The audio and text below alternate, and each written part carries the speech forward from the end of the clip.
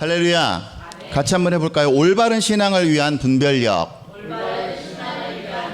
예, 오늘은 이러한 제목을 가지고 고린도 후서 14번째 시간을 갖도록 하겠습니다. 사진 하나를 볼까요? 누군지 아십니까? 혹시 아시는 분 계실까요? 예, 제가 띄워놨네. 은혜로 교회 신옥주 목사, 일단은 님 붙이겠어요. 목사님이라고 하는 분입니다.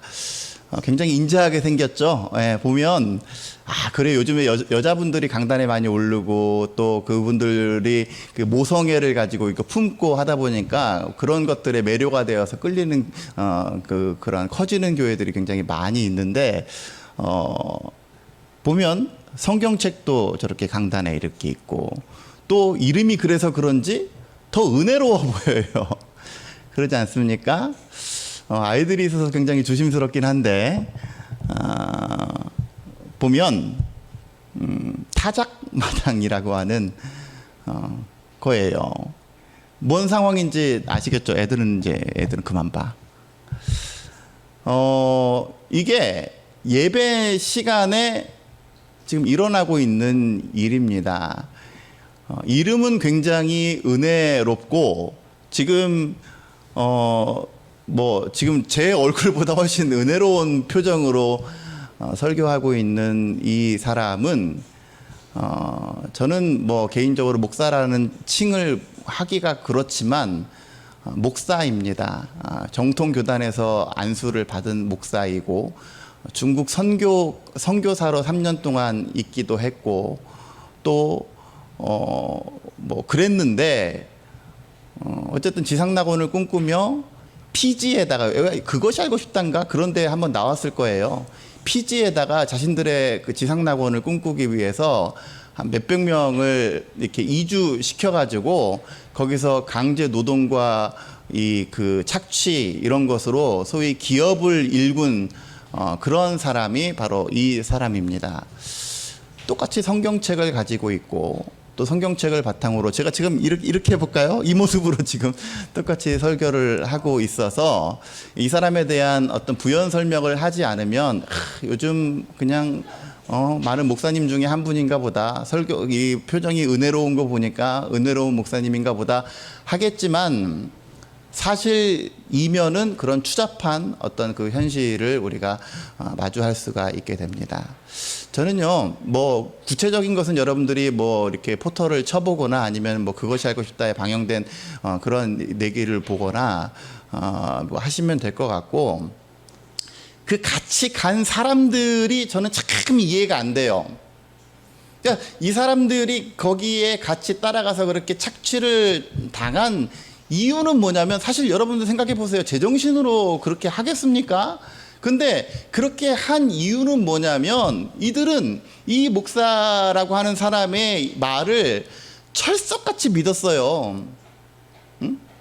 거기서 나를 위해 충성하고 내 말대로 하면 구원을 받고, 우리가 소위 지금 전쟁도 많고 뭐도 많고 하는데, 정말 성경에서 말하는 지상 낙원이 바로 우리가 전 세계를, 자기 아들을 시켜서 전 세계를 돌아봤더니 피지라는 섬이래. 그래서 그 피지라는 섬에 정착을 해야 되니 여러분들 가산 다 털어가지고 비행기표 끊어가지고 갑시다. 그래가지고 간 거예요. 그래서 거기서 소위 지금 말씀이라는 것 가지고 지금 예배를 하는데, 여러분 조금 전에 그 스윙하는 장면 보셨죠? 그게 뭐냐면 타작마당 행사예요. 타작마당. 여러분 성경에서 말하는 타작마당이 뭔지 아십니까? 타작마당? 이문수 선생님, 타작마당이 뭐예요? 심판? 타작마당은 말 그대로 타작하는데요. 타작하는데 두 가지, 성경에서 말하는 타작마당의 의미는 두 가지입니다. 하나는 풍요로움을 의미하기도 해요. 곡식을 타작할 때, 여러분 곡식을 어디에서 타작해요? 요즘은 그런 거 없지만 예전에 시골 가면 마당에서 이렇게 콩 같은 거 타작하잖아요. 그러니까 타작마당에서 타작을 할 수 있다는 건 얼마나 그 풍요로움을 의미해. 풍요를 의미해요. 근데 이사야서나 이런 데에서 이야기하는 타작 마당은 조금 전에 이문수 권사님 말씀하신 대로 심판을 의미해요. 지금 여기서 말하는 타작 마당은 이사야 21장의 얘기를 가지고 여러분들에게 내가 이사야 21장에 있는 얘기를 소개해 주겠습니다. 하면서 타작마당에 대한 얘기를 해. 타작마당. 말 그대로 메타작을 하는 거예요. 근데 여러분 이사야 21장에 있는 그 얘기는 뭐냐면, 이사야서는 우리가 지난번에 구약에서 쭉 했지만 지금 국제 정세를 휘두르고 있는 신흥 강국으로 부상한 곳이 바로 바벨론이에요. 바벨론이 이스라엘을 압박하고 압제하고 이러한 상황 속에서 선지자 이사야를 통해서 하나님께서 주신 이 신탁의 말씀이 뭐냐면, 너 바벨론아 까불지 말아라. 지금은 강성하지, 지금 너네가 세상의 전부인 것 같지, 그러나 타작 마당에서 메타작하듯이 너희 형편이 그렇게 될 것이다.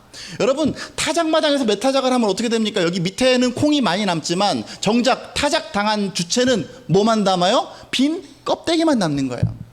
그것이 타작 마당의 의미예요. 근데 그걸 지금 적용을 한 거예요. 여자한테 뭐 이런 말 해서 죄송합니다만 뭐 상대적으로 물리적으로 힘이 없을 테니까 얻어 맞는 거야. 뭘로? 타작마당이라는 명분을 가지고. 여러분, 우리가 이것을 과연 이 현상에 대해서 어떻게 해석을 해야 될까요? 여러분, 지금 코로나가 터진 지 지금 2년이 지났지만 한데 지금 신천지가 막 그때 창궐했다가 이 코로나 사태로 잠잠해져 있죠. 요즘은 직접 프리킥은 못하고 간접 프리킥 해요. 계속 뭐 저거 천지일보 이런 거 걸어놔요. 그래가지고 지금 오늘 비세 가지고 그 물세 가지고 말이죠. 신문지를 막 깔아놨는데 천지일보가 왜 이렇게 많은 거예요? 예? 야, 그 신천지나 또 뭐 안상홍 증인회나 이러한 이단들이 창궐하는 이유는 뭐냐면 그것에 미혹되는 사람들이 많기 때문에. 근데 이 사람들이 쓰는 소스가 뭐예요? 성경이에요, 성경. 이 말씀 가지고 하는데 정말 여러분 제정신 가지고 들어보면 얼토당토하는 구슬깨기가 많아요. 원숭이 엉덩이는 빨간 건 사과는 맛있으면 바나나는 뭐 어때? 길면 기차. 그래서 나중에 높은 건 뭐까지 올라가요? 백두산. 그러므로 원숭이 엉덩이는 백두산이다. 아멘. 쉽게 말하면 이런 현상이에요. 제정신 가지고 좀만 이성이 있으면, 좀만 분별력이 있으면 그런 것들은 전부 다 걸러낼 수가 있는데, 심지어 목회자들도 제대로 된 분별력을 가지고 그것을 분별해낼 수가 없습니다. 일단은 그 사람들의 말술, 이 화술에 못 이겨요. 그런데 다 그런 거 제껴놓고 가장 중요한 이유는 뭐냐면 나야, 나. 내가 말씀으로 온전히 서 있지 못해요. 내가 말씀으로 분명한 예수 그리스도를 알지 못해요. 제가 참 고민이, 어제 우리 찬양을 정해야 되는데, 야, 이게 오늘 제목이 분별력이란 말이에요. 그래서 분별력과 관련된 어떤 찬양이 없을까 해서 네이버에서 쳐봤어요. 제가 도저히 이렇게 영감이 안 와가지고 그 찬양이 없을까 해서 쳐봤더니 분별력 찬양 그랬더니 그 관련된 이제 검색어가 뜰 거 아닙니까? 어떤 내용이 나오는지 아세요? 교회가 분별력을 상실한 시대, 교회가 정말 뭐가 옳고 뭐가 그른지 분별력을 상실한 시대, 성도가 자기 멋대로 믿는 시대. 그래서 지금 우리가 추앙하고 추존하는 그 예수는 뭐냐면 성경에서 말씀이, 성경이 증언하는 예수가 아니라 내가 믿어내고 싶은 예수, 그를 통해서 받아내고 싶은 하나님. 그러니까 여러분 PG까지 간 이유가 뭐예요? 그 성경 말씀을 좀만 읽어보면 그거 뻥인지 모르겠습니까? 그런데 그 이유는 뭐냐면 아무리 좋은 뭐 화술로 그럴싸하게 꾸몄다고 해도 결국은 내 안에 그런 욕망이 있는 거예요. 지상낙원에서 살고자 하는, 지상낙원에서 떵떵거리고자 하는 그 욕망이 있는 거예요. 그 욕망이 나를 글로 이끄는 거예요. 그러니까 성경을 제대로 알지 못하고, 하나님을 제대로 알지 못하고, 예수 그리스도를 정말 인격적으로 만나지 못하고 알지 못하니까, 그러니까 나타나는 현상이 지금 이단에 빠져버리는 그런 현상이 됩니다. 여러분, 과거 정통 우리가 뭐 60년대, 70년대부터 지금 우리가 신앙생활이 뭐 본격화되었고 한동안 뭐 그 교회에 큰 부흥 운동이 일어났는데 그때는 그래요. 사실은 지식이 없어도 소위 쉽게 말하면 성경을 읽지 않아도 혹은 성경을 읽어도 공부를 하지 않아도 우리가 그냥 뭐 믿습니다. 기도만 열심히 하면 교회만 열심히 왔다 갔다 하면 다 이게 신앙생활이 뭐 이렇게 한 단계 업그레이드가 되는 줄 알았어요. 실제로 그렇기도 했어. 또 그게 필요 없다는 얘기는 아닙니다. 그런데 말씀이 바탕이 되지 않으면 내 신앙에 정말 예수 그리스도에 대해서 올바르게 알지 못하고 성경에 대해서 탐구하지 않고 소위 머리 쓰는 작업을 하지 않으면 우리는 내가 믿는 예수님은 내가 만들어낸 예수님이 됩니다.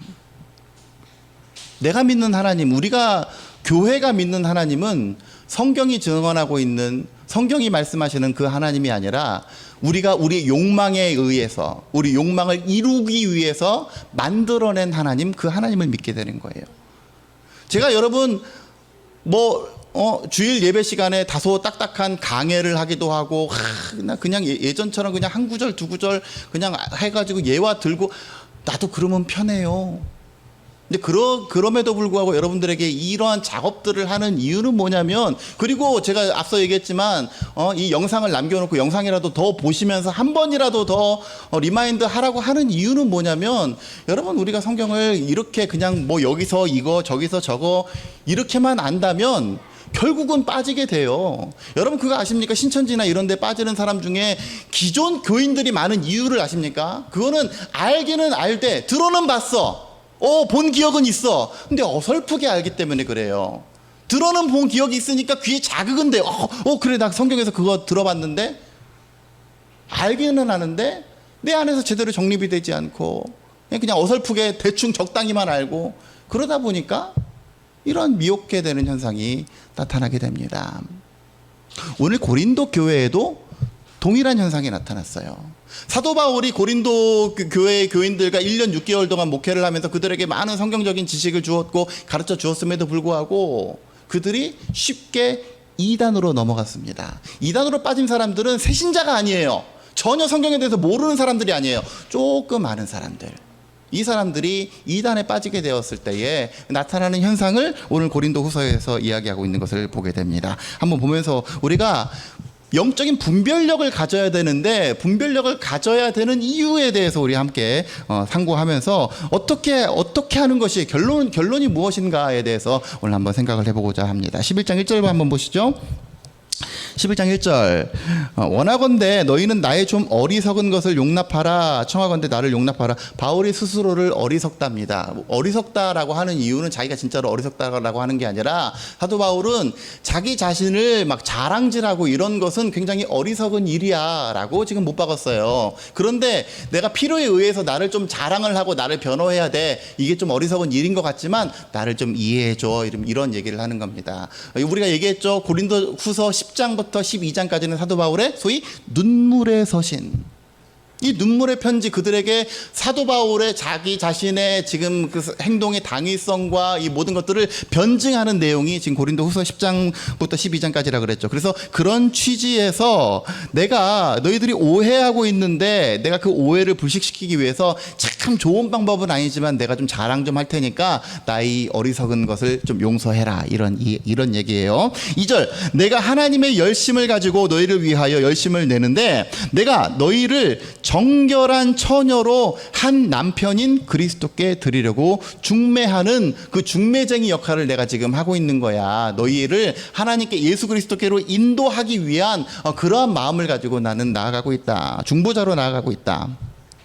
그런데 내가 한 가지 염려하는 것은 너희들이 뱀이 그 간계로 하와를 미혹한 것 같이 너희 마음이 그리스도를 향하는 진실함과 깨끗함에서 떠나 부패할까, 나는 이것이 참 염려된다. 옆에서 너희를 인도하는 사람으로서, 그리스도께로 이끌어내는 사람으로서 너희의 마음이 부패할까 봐 염려돼. 그 부패하는 이유가 뭐예요? 뱀이 하와의 그 뱀이 그 간계로 하와를 미혹했대요. 뱀이 하와를 어떻게 미혹했어요? 온갖 그럴싸한 말로 막 미혹했더니 하와가 진짜로 보니까 보암직도 하고 먹음직도 해.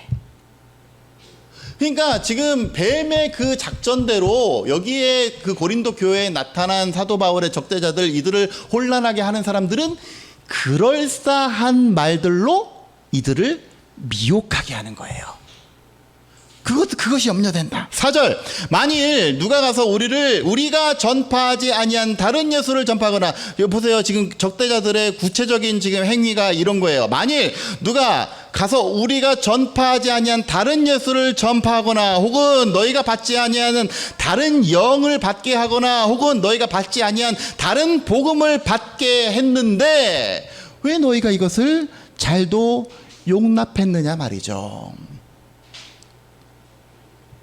여러분, 지금 이 고린도 교회에 나타난 적대자들, 지난주에 우리가 10장을 읽었지만 10장 12절 보세요. 10장 12절. 이 사람들은 어떤 특징을 가지고 있냐면, 우리는 자기를 칭찬하는 어떤 자와 감히 짝할 수 없더라. 이 말은 무슨 말이냐면, 이 사람들은 자기를 칭찬하는 어떤 자들이다. 이 사람들은 자기를 막 높이는 거예요. 자기를 막 높이고 누구를 깔보는 사람? 사도 바울을 깔보는 사람. 15절, 우리는 남의 수고를 가지고 분수 이상의 자랑을 하는 것이 아니다. 이 사람들은 어떤 사람들이라? 사도 바울이 이미 다 이루어놓은 이것을 가지고 거기다가 숟가락 얹어놓고 마치 자기가 다 한 것인 양 이렇게 하는 사람들이 지금 어떻게 하고 있대요? 4절, 누가 가서 우리가 전파하지 아니하는 다른 예수를 전파하거나 다른 영을 받게 하고 다른 복음을 지금 받게 하고 있는 이 상황에서 너희들이 어찌하여 이러한 것들에 미혹되어서 잘도 용납을 하느냐 말이죠. 이게 문제예요. 5절, 나는 지극히 크다는 사도들보다 부족한 것이 조금도 없는 줄로 생각하노라. 지극히 크다는 사도들은 누구를 의미합니까? 예루살렘의 12사도 공동체, 소위 우리가 말하는 스탠다드, 딱 인정한, 요즘으로 말하면 감독들 이렇게 얘기가 되겠죠. 예? 이렇게 확신한 권위에 있는 사도들보다 나는 조금도 부족한 것이 없어. 6절, 내가 비록 말에는 좀 부족한 거, 그래, 맞아. 그러나 지식은 결코 그렇지 아니하다. 그래서 이것을 우리가 모든 사람 가운데서 모든 일로 너희에게 나타내지 않았는가 말이죠. 내가 너희를 높이려고 나를 낮추어서 하나님의 복음을 값없이 너희에게 전함, 이것이 죄가 되었느냐. 지금 이것은 10장에서 사도 바울이 언급한 사도 바울에게 향한 그 화살의 내용들, 비난의 내용들에 대해서 지금 하나씩 얘기하고 있는 거죠. 사도 바울은 말은 시원찮은데 편지만 잘 쓰고, 그리고 이렇게 재무 문제, 이것도 문제가 있고, 예? 이러한 것에 대해서 얘기를 하는 거예요. 값없이 전한다. 값없이. 나는 너희에게 돈을 받지 않았어. 8절, 내가 너희를 섬기기 위하여 다른 여러 교회에서 비용을 받은 것은 탈취한 것이라. 여러분, 우리가 신앙생활을 제대로 하고 성경을 읽다 보면 이런 대목에서 질문이 하나가 나와야 돼요. 지금 탈취한다라는 게 뭔 의미요? 예, 탈취한다. 다른 여러 교회에서 비용을 받은 것은 탈취한 것이다. 뺏었다 이 말이에요. 그러니까 다른 성경을 읽어보면 소위 말해서 그들에게 빼앗아서라도 너희를 돕기 위해서 빼앗은 것과 다름없다라고 번역하는 것도 있고, 현대인의 성경 같은 것은 뭐라고 얘기하냐면 그들의 원조를 받아 너희를 도운 것이다 라고 번역을 하고 있어요. 결국은 뭘 의미합니까? 너희를 돕는데 너희에게 폐가 되지 않기 위해서 다른 사람 수고로운 손들을 빌려서라도 너희에게는 피해가 되지 않게 하는 것이다. 9절, 또 내가 너희와 함께 있을 때 비용이 부족하여서. 그래, 부족하죠. 근데 아무에게도 누를 끼치지 아니하였음은 마게도니아에서 온 형제들이 나의 부족한 것을 보충하였다. 저 위에 마게도니아, 빌립보, 데살로니가 이런 교회들에서 온 형제들이 생활비를 주고 여비를 주고 지금 그랬다는 소리예요. 그래서 내가 모든 일에 너희에게 폐를 끼치지 않기 위하여 스스로 조심하였고 또 조심하리라. 저는 이 마음을 너무 잘 알아요.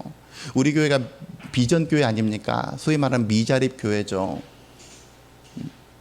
담임 목사 사례비만 정상적으로 책정해 놓을 수가 없어서, 예? 감리교가 정한 최소한의 법이 있어요. 그래서 요즘에 개척을 할 때 그 생활비가 보장이 돼야만, 그 생활비를 책정할 수 있는 수준이 되어야만 개척을 할 수가 있어요. 제가 지난번 당회 때도 밝혔지만 저는 그것에 한참 못 미치는 생활비를 책정을 해 놓고 있습니다. 제가 오늘 아침에 이게 지금 새 번역 성경을 뽑기 위해서 제가 이면지를 막 찾았어요. 이면지가 또 뚝 떨어졌대. 그래가지고 이면지를 여기저기 찾아다녔어요. 근데 속으로 그런 생각이 드는 거야. 내가 왜 이걸 이면지로 뽑고 앉았어? 그냥 뽑아도 되지. 그냥 뽑아도 돼요. 근데 저는 몰라. 개척한 지 10년째 동안에 이런 생활이 습관이 좀 뱄어요. 예전에 제가 한번 설명을 소개를 한 적이 있는데, 대구에 우리 교회 집사님, 음악학원 하시는 집사님, 김대한 집사님, 그분 이렇게 신방을 가는데 자꾸 KTX 타고 오세요 그러는 거예요. 근데 나는 그게 너무 아까운 거예요. 그게 왜? 그거 다 교회 헌금 아니에요? 예? 그거 다 교회 돈인데 그거 너무 아까워서 아침 일찍 나가가지고 신방 갔다가 오면, 거기서 신방 1시간 하고 오면 밤 10시에 10시. 예? 그렇게 해서라도 저는 여러분들이 헌금한 이 헌금, 이런 것에 대해서 최대한 아끼는 마음을 가지고, 그 이유가 뭐냐면 이 사도 바울의 마음이랑 똑같은 거예요. 교회 폐가 되지 않기 위해서. 담임 목사라고 말이죠. 다 누릴 거 다 누리고, 예? 뭐 편할 거 다 편하고. 저도 그럴 수 있어요. 예?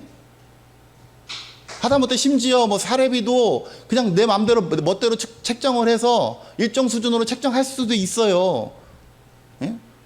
근데 그렇게 하지 않는 이유는 이 사도 바울의 마음과 같아요. 교회를 사랑하는 마음이 있고, 또 우리 다 뻔한데 안 그러면 교회의 재정이 줄어들고, 그렇게 되면 결국은 여러분들이 충당을 하고 우리 함께 더 고요를 짜야 되는 건데, 저는 그게 싫어서 그냥 좀 불편하고 말지. 9절 보세요. 내가 너희와 함께 있을 때 비용이 부족하였을 때, 부족해요. 사실은 부족해. 근데 그럼에도 불구하고 그 이상의 것을 하지 않는 이유는 아끼기 위해서, 성도들을 아끼는 마음에서, 교회를 아끼는 마음에서. 이렇게라도 해야 개척교회 목사의 양심의 거리낌이 없는 것 같아서, 그 마음이 지금 사도 바울의 마음과 동일하다고 생각을 합니다. 자, 그렇게 했고요. 그리스도의 진리가 내 속에 있으니 아가야 지방에서 나의 이 자랑이 막히지 아니하리라. 아가야 지방은 어디입니까? 지금 사도 바울이 지금 활약하고 있는 고린도, 이 지역이 지금 아가야 지역. 그러니까 지금 성경에서 마게도니아 지역 그러면 빌립보나 데살로니가, 베레아 이런 교회이고, 아가야 지역이다 그러면 고린도 교회라고 생각을 하면 돼요. 그래서 고린도 교회 너희들 가운데서도 이 자랑이 결코 헛되지 않을 것이다. 이건 왜 그러는 거예요? 왜 이렇게까지 하는 것이냐? 11절, 내가 너희를 사랑하지 아니함이냐. 사도 바울의 목회적 본심을 가지고 이야기를 하고 있습니다. 이것은 누가 하신다? 하나님이 하신다. 그래서 지금까지 이 모든 방법들, 지금 여러분들이 나를 비방하고 비난하고 심지어 자비량으로 선교하는 것, 이것까지도 딴지를 거는데, 이것을 하나님 앞에서 기도했더니 나는 한 점 부끄러움이 없기 때문에 12절, 나는 내가 해온 그대로 앞으로도 할 것인데, 왜? 그 이유는 뭐냐면, 기회를 찾는 자들, 누구를 의미하겠습니까? 바울의 적대자들, 그들에게 막 이렇게 마음을 긁는 그들이 그 자랑하는 일로 우리와 같이 인정받으려는 그 기회를 확 끊어버리기 위해서, 그들에게 할 말 없게 만들기 위해서, 지금 내 가는 길이 맞다라는 것을 증명하기 위해서. 그래서 지금 그들은 어떻다 그래서 10장에서 자기를 칭찬하고, 남의 밥에 밥숟가락 얹어놓고 자기가 다 한 것이냐 그렇게 하고, 다른 복음을 전하는 그들이 할 말 없게 만들기 위해서 나는 지금 내가 해온 그대로를 할 것이다. 13절, 그런 사람들은 거짓 사도요 속이는 일꾼이니 자기를 그리스도의 사도로 가장하는 자들이니라. 근데 이것은 이상한 일이 아니라 이거예요. 왜? 사탄도 자기를 광명의 천사로 가장하나니, 그러므로 사탄의 일꾼들도 자기를 의의 일꾼으로 가장하는 것이 또한 대단한 일이 아니니라. 그들의 마지막은 그 행위대로 될 것이다. 여러분, 지금 우리가 보게 되면 사도 바울, 그러니까 우리가 참 사도와 거짓 사도로 이 말씀을 나눠볼 수가 있습니다. 그죠? 그러니까 쉽게 말하면 고린도 교회 안에는 참 사도가 있고 거짓 사도가 있는데, 참 사도는 애석하게도 지금 부재 중이어서 거짓 사도들이 지금 참 사도를 이간질하고 그들의 어떤 모든 것 눈을 흐려놨기 때문에 고린도 교회 성도들은 참 사도와 거짓 사도를 구별해낼 수 없게 된 거예요. 그거를 구별할 수 있는 분별력을 상실한 거예요. 그러면 그 이유가 뭡니까? 그들이 분별력을 상실한 이유가 뭡니까? 그들의 눈이 흐려진 이유가 뭘까요? 이들의 가먼이설 때문에, 이들이 말을 너무 잘해서, 세뇌를 당해서, 요즘 뭐 그루밍이라 그래요. 그루밍 당해서, 뭐 물론 그럴 수도 있겠죠. 그런데 그 기저에는 뭐가 있냐면, 이 고린도 교회뿐만 아니라 이단의 그런 유혹과 이러한 것들에 넘어가 버린 사람들은 앞서 얘기했던 것처럼 내 안에 말씀이 없기 때문에 그래요. 하나님을 아는 지식이 없기 때문에 그래요. 그러니까 넘어가는 거예요. 보세요. 지금 오늘 고린도 후서 11장에서 얘기한 가장 근본적인 문제는 4절에 있어요. 만일 누가 가서 우리가 전파하지 않는 다른 예수를 전파했고, 다른 영을 받게 했고, 다른 복음을 받게 할 때에 그들이 쉽게 넘어가 버렸어요. 그건 뭐 때문에 그렇습니까? 나야다. 아무리 외부에서 조건을 찾고 뭐 이유를 찾고, 아니에요. 결국은 나 때문에 그래요. 내가 열심히 주의 말씀을 알지 않았고, 내가 열심히 예수 그리스도를 알려고 노력하지 않았고, 내가 열심히 하나님을 알고자 노력하지 아니하였기 때문에 결국은 그러한 내 마음 상태에 미혹해하는 영이 들어오니까 그냥 넘어가는 거예요. 여러분 성경 한 구절 보겠습니다. 지금 오늘날에도 그런 미혹해하는 영들이 판을 치고 있는데 성경은 계속해서 끊임없이 그것에 대해서 얘기하고 있어요. 베드로 후서 3장 신약 387페이지 5페이지부터 보세요. 베드로전서 1장 20절 이하부터 보겠습니다.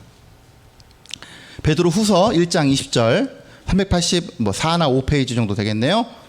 1장 20절 보면 사도 베드로가 뭐라고 얘기하느냐.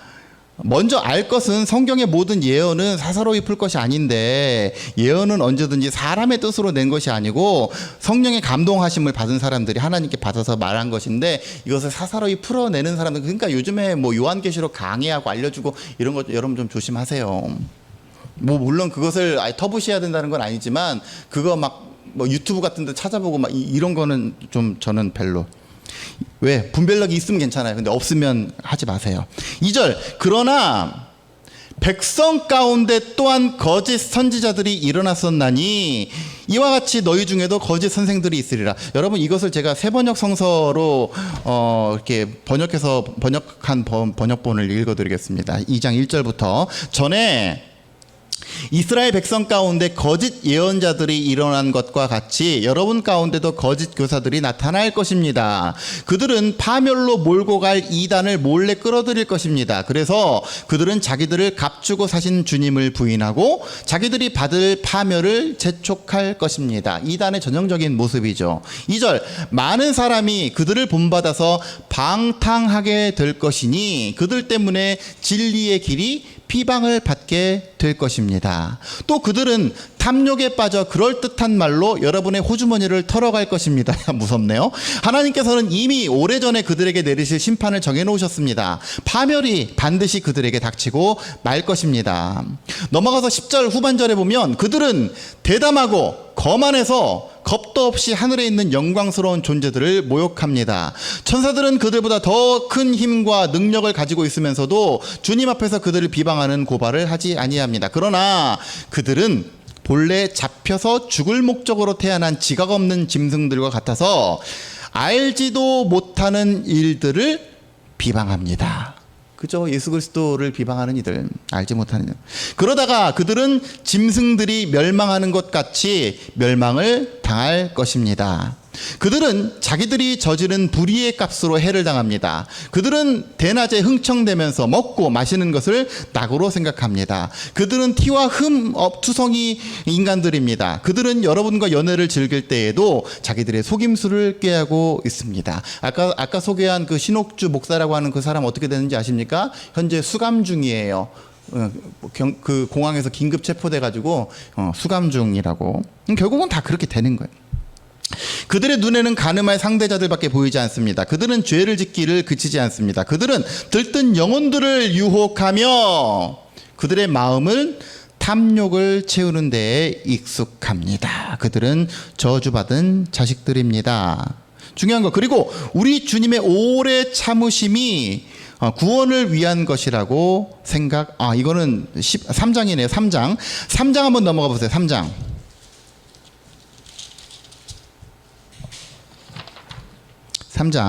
15절 이하를 보면 우리 주님의 오래 참으심이 구원을 위한 것이라고 생각하십시오. 그것은 우리의 사랑하는 형제 바울이 자기가 받은 지혜를 따라서 여러분에게 편지한 바와 같습니다. 그러니까 사도 바울은 그 자신의 편지를 통해서 이런 적대자들, 이런 거짓 교사들, 이러한 분탕질하는 사람들에 대해서 충분히 이미 다 소개를 한 바가 있어요.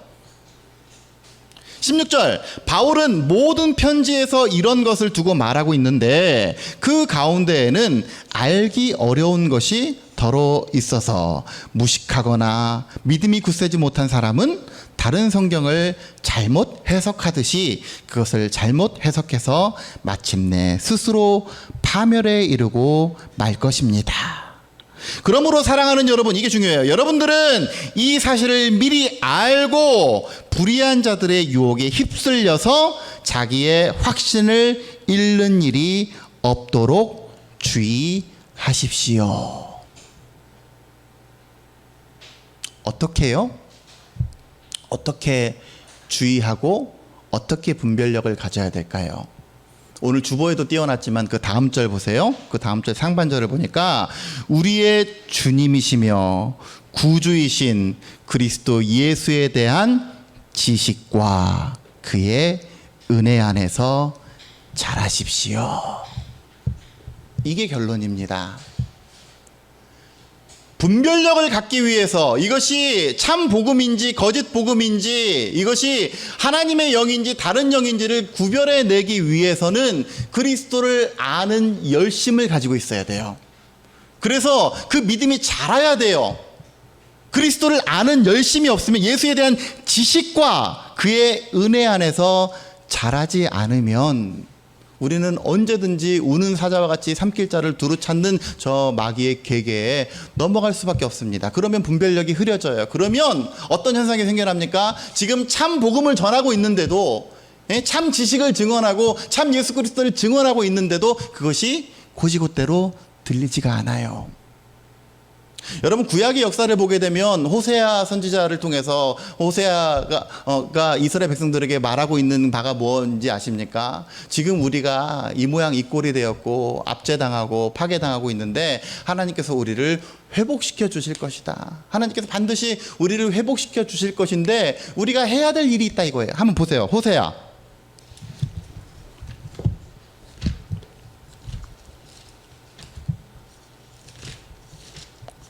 구약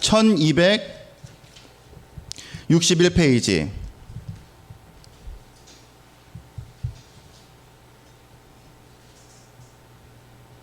뭐라고 얘기합니까? 호세아 6장 보니까 오라 우리가 이제 여호와께로 돌아가자.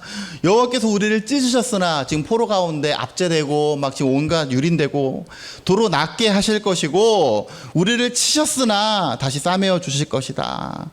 여호와께서 이틀 후에 우리를 살리시며 셋째 날에 우리를 일으키시리니 우리가 그의 앞에서 살 것이다. 3절, 그러므로 우리가 해야 될 바가 뭐예요? 여호와를 제발 알자. 힘써 여호와를 알자. 이게 그들의 결론이에요. 여호와를 알지 못했기 때문에 예배 공동체면 뭐합니까? 하나님을 제대로 알지 못하고 하나님의 뜻을 알지 못하고, 그러니까 하나님의 뜻 가운데 놓이지 못하니까 하나님께서 사람 막대기와 인생 책찍으로 그들을 치신 거 아니에요. 결론은 하나죠. 하나님을 아는 것, 말씀을 아는 것. 그러니까 우리가 올바른 신앙생활, 오늘 제목에 올바른 신앙생활을 위한 분별력이라고 했는데, 이 분별력이 필요한 이유, 즉 하나님을 아는 지식과 예수 그리스도를 아는 열심이 필요한 이유는 뭐냐면, 우리의 신앙을 올바르게 신앙생활하기 위해서 그래요. 이 지식이 없으면 어떻게 됩니까? 우리가 믿는 것이 비나이다 행위밖에 안 돼요. 그 비나이다 행위에서 가장 큰 문제점이 뭐냐면, 그 비나이다를 했을 때 그 비는 대로 떨어지면 괜찮은데, 그것이 내 안에서 열매가 되지 않을 때, 하나님께서 응답해 주시지 않을 때 어떤 현상이 일어나요? 하나님, 그게 뭡니까? 기복신앙의 가장 큰 문제가 그거예요. 그래서 여기도 갔다가 저기도 갔다가, 할 수만 있으면 점도 보러 갔다가, 절도 갔다가, 그게 비나이다 신앙. 올바르게 신앙생활하지 못할 때. 여러분, 아까 전에 이단에 빠진 사람들이 주 소스가 뭐예요? 말씀이 말씀. 그런데 올바로 믿지 못하잖아요. 올바로 믿지 못하니까 결국은 그들의 신앙이 삐뚤어지기 이상한 쪽으로 가잖아요. 어떻게 거기가 지상낙원이고, 어떻게 목사를 위해서 그렇게 막 그렇게 하는 게, 어떻게 그게 주의 일에 헌신하는 게 말이 안 되지. 그러니까 우리가 온전히 올바르게 신앙생활하기 위해서는 반드시 필요한 게 말씀이에요. 여러분, 저는 여러분들의 성경책이 제발 좀 막 걸레짝처럼 낡아졌으면 좋겠어요. 제발 말씀 좀 읽으세요. 근데 그냥 막 말씀을 지식처럼 읽는다고 되는 게 아니라, 오늘 찬양했죠. 오늘 마지막 찬양했는데, 예수 더 알기 원하네, 크고 더 넓은 은혜와 대속해 주신 사랑을 내가 간절히 알기 원하네. 2절 보세요. 성령이 스승이 돼야 돼요. 그래야 진리를 알게 돼. 그래야 깨달아져요. 여러분들 가운데 저보다 학벌이 높은 사람이 얼마나 많이 있습니까? 저보다 세상적인 지위가 높은 사람이 얼마나 많이 있습니까? 근데 그렇다고 해서 이게 성경이 다 알고 다 깨달아지는 건 아니잖아요. 뭐를 통해서? 성령 충만함 가지고. 말씀을 제발 좀 묵상하세요. 하나님, 내가 이 말씀을 알기 원합니다. 온전히 알기 원합니다. 그렇게 제가 보니까 딱 그래요. 그렇게 마태, 마가, 누가, 요한복음 2번만 정독해도 여러분 신앙생활 끄떡없어요. 왜? 그렇게만 읽어도 예수 그리스도가 누군지 분명히 아니까. 이 말을 뒤집어 보면 뭔지 아십니까? 우리가 여전히 흔들리는, 요동하는 그러한 사람이라고 하는 이유는 그 정도의 열심도 우리가 안 내고 있다는 거예요. 애석하게도. 그러니까 흔들려. 예수 그리스도를 온전히 알지 못하는 이유는 그 정도의 열심조차도 없다는 거예요. 바라기는 우리가 든든한 반석 가운데 놓이기 위해선, 여러분, 이 지금 고린도 후서 11장이 남의 얘기라고 절대 생각하지 마시오. 오늘날 우리 교회에도 충분히 일어날 수 있는 상황이고, 실제로 많은 교회들에서 일어나고 있는 상황입니다. 우리의 눈은 지금은 내가 이성의 눈을 가지고 바라보고 있는 것 같지만, 언제든 미혹해하는 영이 우리를 뒤집어 놓을 수가 있어요. 그때 내가 말씀 가운데 서 있지 않으면, 온전히 내 안에 정립된 예수 그리스도가 있지 않으면 언제든 넘어지게 되어 있습니다. 내 귀에 즐거운 말씀만 찾지 마시고 제발 말씀 좀 읽으세요. 제발 말씀 좀 묵상하세요. 제발 말씀 좀 가까이 하셔서 그 예수 그리스도와 동행하시는, 제가 기도할 때 그러지 않습니까? 한 주간 주님과 동행하게 해달라고. 말씀이 없으면 안 되잖아요. 가끔 지하철 타보면 전 참 대견해. 그런 사람들 보면 어플 가지고 말씀 막 읽고 앉아서, 주로 이제 연세가 있으신 분들이 지하철 앉아서 그렇게 말씀 보시고, 나는 우리 교회 성도들의 모습이 그랬으면 좋겠다고 생각을 합니다. 때를 얻든지 못 얻든지, 심지어 화장실에서도 어느 곳에서 뭐 어렵지 않잖아요. 교회 성경책 놓고 가시는 분들은 제발 좀 가져가셔서 자기 거 색칠해 가면서 보세요. 그래야 도움돼요. 그게 목사로서 권면합니다. 그렇게 철저하게 신앙생활할 때 하나님을 온전히 알고 예수 그리스도를 온전히 깨달아 알고자 하는 그 열심이 여러분들에게 온전한 영적인 분별력을 가져다 줄 것이고, 그를 통해서 여러분들 우리가